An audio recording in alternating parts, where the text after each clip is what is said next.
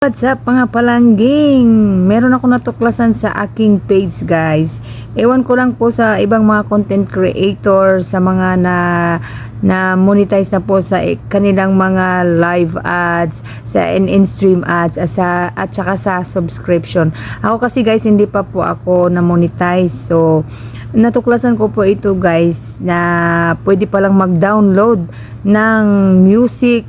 Doon tayo dadaan sa ating personal dashboard at saka sa monetization tools natin. Also guys, kung hindi nyo pa alam, sa mga baguhan dyan na katulad ko, panoorin nyo po itong video na to para malaman nyo kung paano ko natuklasan ang mag-download ng mga music dito kay Meta sa ating Facebook page o gamit ang ating Facebook page. Tara, sundan nyo po itong video na to. So, punta po tayo sa ating Facebook page. Pindutin yung tatlong line sa gilid. Punta tayo sa professional dashboard. And then, monetization tools. Pindutin. So, dito guys, dyan sa tatlong yan, hindi pa po ako monetize dyan. So, pinili ko po yung in-stream ads. Ayan, pinindot ko. Then, learn more. Pinindot ko yung learn more. And then, dito na ako sa in-stream ads. Pindutin yung tatlong line sa gilid. Ayan. So, dito na tayo sa home, get started bonus program, tools. So, pindutin natin yung tools. And then, hanapin po natin dito yung sound collection. Dito na tayo sa tools. Ayan guys, yung sound collection. So, dito sa sound collection, pindutin natin yung take a look. Ayan. Take a look. Pindutin natin yan.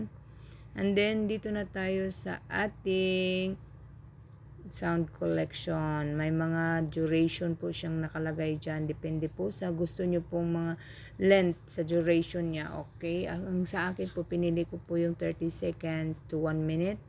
And then 30 seconds. 0 to 30 seconds. So, yan guys. Yan dalawa ang pinili ko para hindi ka anong mahaba. O, ayan, meron din silang, pwede mo siyang maghanap kung anong gusto mong mga music. So, i-try natin itong pop. 15 seconds lang po. So, pindutin mo ang video.